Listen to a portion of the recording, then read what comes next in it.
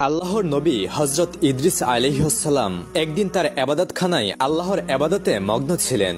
ঠিক এমন সময় এক ব্যক্তি তার নিকট আগমন করলেন। তিনি তাকে বিদেশি মেহমান মনে করে অভ্যর্থনা জানালেন এবং নিজের কাছে বসতে জায়গা করে দিলেন। ইদ্রিস আলাইহিসসালাম টের পাননি মূলত এই ব্যক্তি ছিল মালাকুল মাউত হযরত আজরাইল আলাইহিসসালাম।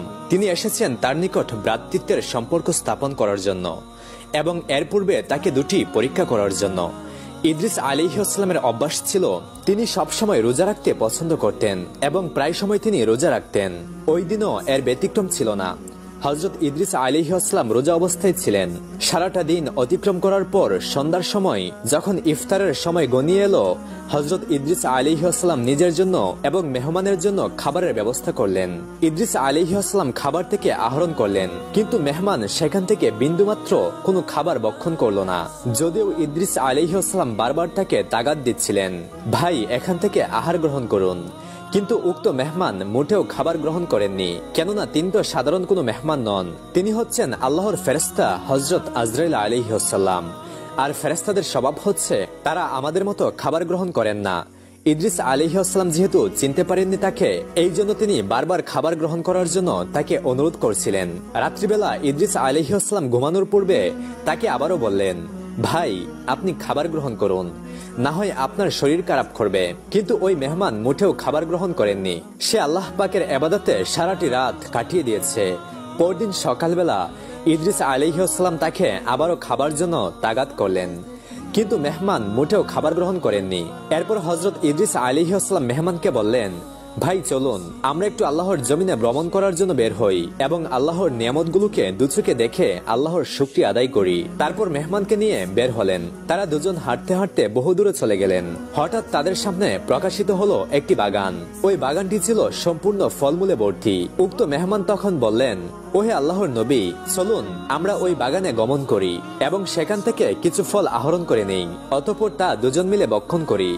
ইদ্রিস আলাইহিসসালাম মেহমানের কথা শুনে খুবই রাগান্বিত হলেন এবং বললেন, আপনি তো এক আশ্চর্য ধরনের মানুষ। আপনার কি জানা নেই মানুষের সম্পদ তার অনুমতি ছাড়া ভক্ষণ করা সম্পূর্ণ আল্লাহ তাআলা হারাম করেছেন?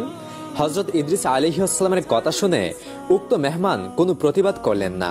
তিনি চুপ রইলেন, কেননা ইনি যে আল্লাহর নূরের ফেরেশতা হযরত আজরাইল আলাইহিসসালাম, তিনি তো তাকে পরীক্ষা করছেন মানুষের সম্পদের প্রতি হযরত ইদ্রিস আলাইহিসসালামের কোনো লোভ আছে কিনা। তারপর তারা দুজন মিলে আবারও হাঁটতে শুরু করলেন।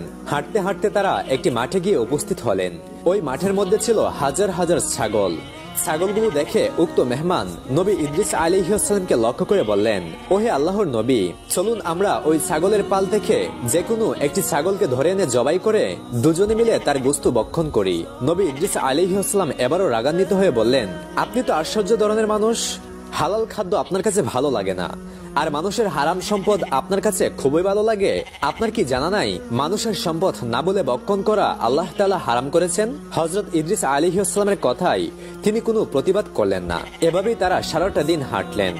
আল্লাহর নাজ নিয়ামত দেখে সন্ধ্যার সময় আবার বাসায় ফিরে এলেন। এভাবেই উক্ত মেহমান নবী ইদ্রিস আলাইহিসসালামের বাসায় 3 দিন অতিবাহিত করলেন।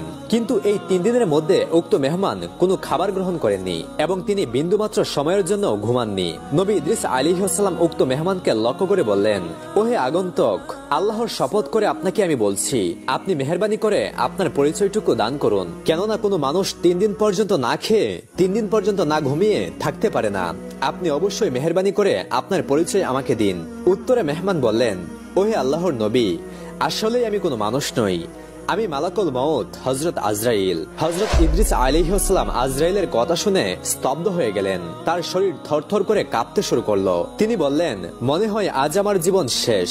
অতঃপর ইদ্রিস আলাইহিসসালাম হযরত আজরাইল আলাইহিসসালামকে বললেন, আপনি কি আমার রূহ কবজ করার জন্য আমার নিকট আগমন করেছেন?